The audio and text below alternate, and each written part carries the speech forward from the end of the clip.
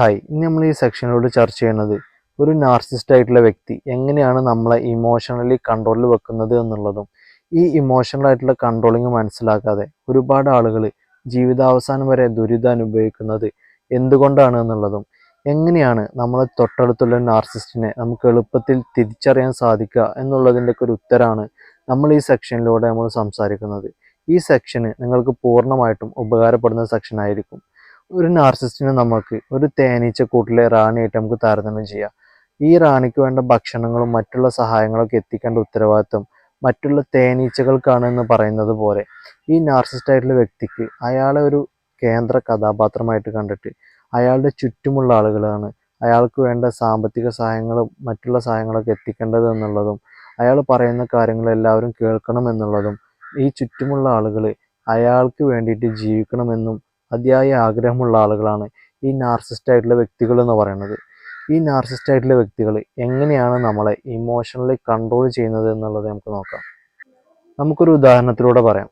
നമ്മളൊരു കൂട്ടത്തിൽ നിന്ന് അല്ലെങ്കിൽ നമ്മളെ വീട്ടിൽ നിന്ന് വേറെ വീട്ടിലേക്ക് മാറി നിൽക്കുകയാണെന്നുണ്ടെങ്കിൽ നമ്മളെ വീട്ടിൽ ഇത്തരത്തിലൊരാളുണ്ടെന്നുണ്ടെങ്കിൽ അവർ പറയും, എന്തിനാണ് ഈ കുടുംബങ്ങളൊക്കെ വിട്ടിട്ട് അവിടെ പോയി നിൽക്കുന്നത്, നിനക്ക് ഇവിടെ തന്നെ നിന്നാൽ പോരെ, ഞനക്ക് അങ്ങനെയാണ് ഇഷ്ടം എന്നുണ്ടെങ്കിൽ നീ അവിടെ പോയി നിന്നോ എന്ന് പറയും. അല്ലാന്നുണ്ടെങ്കിൽ നമുക്കുള്ള വീട് പൊളിച്ചിട്ട് വേറെ വീട് വെക്കാനാണെന്നുണ്ടെങ്കിൽ അവർ പറയും, നമ്മളെ അച്ഛന് വളരെ ബുദ്ധിമുട്ടുണ്ടാക്കിയിട്ടുള്ള വീടാണത്, ഇത് പൊളിക്കാൻ എങ്ങനെ എനിക്ക് തോന്നണത്, എനിക്കിത് പൊളിക്കാൻ തീരെ ഇഷ്ടമില്ല, നിനക്ക് വേണമെന്നുണ്ടെങ്കിൽ ഇത് പൊളിച്ചോ എന്നുള്ള തരത്തിൽ നമ്മളുള്ളൊരു സംശയം ഉണ്ടാക്കുന്ന തരത്തിലുള്ള സംസാരം ഉണ്ടായിട്ട് നമ്മൾ അവർ പറയുന്ന പോലെ ചെയ്യുന്ന രീതിയിൽ നമ്മൾ ഇമോഷണലായിട്ട് കൺട്രോൾ ചെയ്യുന്നുള്ളതാണ്. പിന്നെ നമുക്ക് ചുറ്റുമുള്ള ആളുകളിൽ ഇവർ നമ്മളെക്കുറിച്ചുള്ള പല കാര്യങ്ങൾ പറഞ്ഞിട്ട് ഈ ചുറ്റുമുള്ള ആളുകൾ പുറത്തുള്ള ആളുകളോട് ഇതൊരു അപവാദമായിട്ട് പറയുന്ന രീതിയിലുള്ള സംസാരം ഇവിടെ നടത്തും.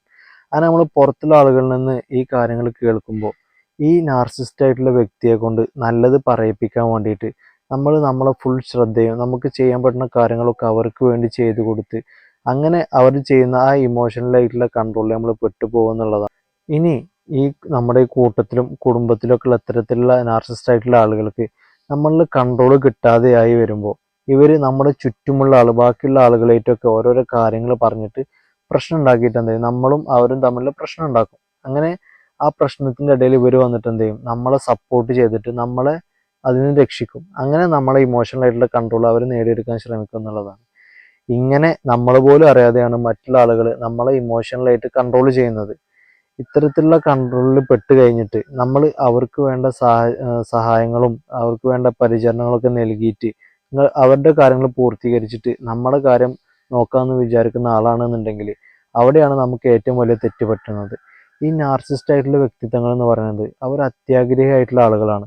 ഇവർക്ക് നമ്മൾ എന്തൊക്കെ ചെയ്തു കൊടുത്താലും ഇവർക്ക് മതിയാവൂല എന്ന് മാത്രമല്ല അതിലുള്ള നെഗറ്റീവായിട്ടുള്ള കാര്യങ്ങൾ മാത്രമായിരിക്കും ഇവർ ശ്രദ്ധിക്കുന്നുണ്ടാവുക. അതുകൊണ്ട് തന്നെ ഇവരുടെ ആവശ്യങ്ങൾ പൂർത്തീകരിക്കുക എന്നുള്ളത് നമുക്ക് ഒരിക്കലും സാധിക്കുന്ന കാര്യമില്ല എന്നുള്ളതാണ്. ഇത്തരത്തിലുള്ള നാർസിസ്റ്റിൻ്റെ ഇമോഷണൽ ആയിട്ടുള്ള ട്രാപ്പിൽ പെട്ടിട്ട് ഇവർക്ക് നമ്മൾ ഈ പരിചരണങ്ങളും കാര്യങ്ങളൊക്കെ ചെയ്തു കൊടുത്താൽ ദൈവം പോലും നമ്മളെ അനുഗ്രഹിക്കും എന്നുള്ള തരത്തിൽ നമുക്ക് തോന്നും എന്നുള്ളതാണ്. ഇനി ഇവരെ പരിചരിക്കാതെ ഇവരെ സഹായിക്കാതെ നമ്മൾ മാറി നിൽക്കുകയാണെന്നുണ്ടെങ്കിൽ അതാണ് നമ്മൾ ഈ ജീവിതത്തിൽ ഏറ്റവും ചെയ്യുന്ന വലിയ തെറ്റെന്നൊക്കെ നമുക്ക് തോന്നിപ്പോകുന്ന തരത്തിൽ നമ്മൾ അത്തരത്തിൽ നമ്മളെ മൈൻഡ് സെറ്റ് മാറും എന്നുള്ളതാണ്. ഇങ്ങനെ ഒരു സന്തോഷവും സമാധാനവും ഒന്നും ലഭിക്കാതെ ഒരുപാട് ആളുകളാണ് ഇവരുടെ ഇമോഷണലായിട്ടുള്ള കൺട്രോളിൽ പെട്ടിട്ട് ജീവിച്ചു തീർക്കുന്നത് എന്നുള്ളതാണ്.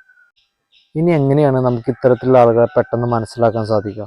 ഒരു നാർസിസ്റ്റ് ആയിട്ടുള്ള വ്യക്തി നമ്മുടെ അടുത്ത് വന്നിട്ട് ഒരു കാര്യം പറയുമ്പോൾ ആ കാര്യം കേൾക്കുമ്പോൾ നമ്മൾ ഇമോഷണലി നല്ല രീതിയിൽ ഡൗൺ ആവുകയും നമ്മൾ അതിനു മുന്നേ മനസ്സിലാക്കി വെച്ചിട്ടുള്ള കാര്യങ്ങളൊക്കെ അവഗണിച്ചിട്ട് ഈ വ്യക്തി പറയുന്ന കാര്യങ്ങൾ കേൾക്കാനും പ്രവർത്തിക്കാനും നമ്മൾ തയ്യാറാവുന്നുണ്ടെന്നുണ്ടെങ്കിൽ അത്തരത്തിൽ വന്ന് പറയുന്ന ആളുകളാണ് നാർസിസ്റ്റ് ആയിട്ടുള്ള വ്യക്തികൾ എന്ന് പറയുന്നത്. ഇനി നമ്മളെ കൂട്ടത്തിലോ കുടുംബത്തിലോ അത്തരത്തിലുള്ള ആളുകൾ ഉണ്ട് എന്നുണ്ടെങ്കിൽ നമ്മൾ കഴിഞ്ഞ വീഡിയോയിൽ പറഞ്ഞ പോലെ അവരെ സഹായിക്കുന്ന ആളുകളുടെയും അവർ ഇമോഷണലി കൺട്രോൾ വെച്ചിട്ടുള്ള ആളുകളുടെയും ജീവിതം പെർമനൻ്റ് ആയിട്ട് തകർത്തതിന് ശേഷമേ അവർ നമ്മളിൽ നിന്ന് പോകുള്ളൂ എന്നുള്ളതാണ്.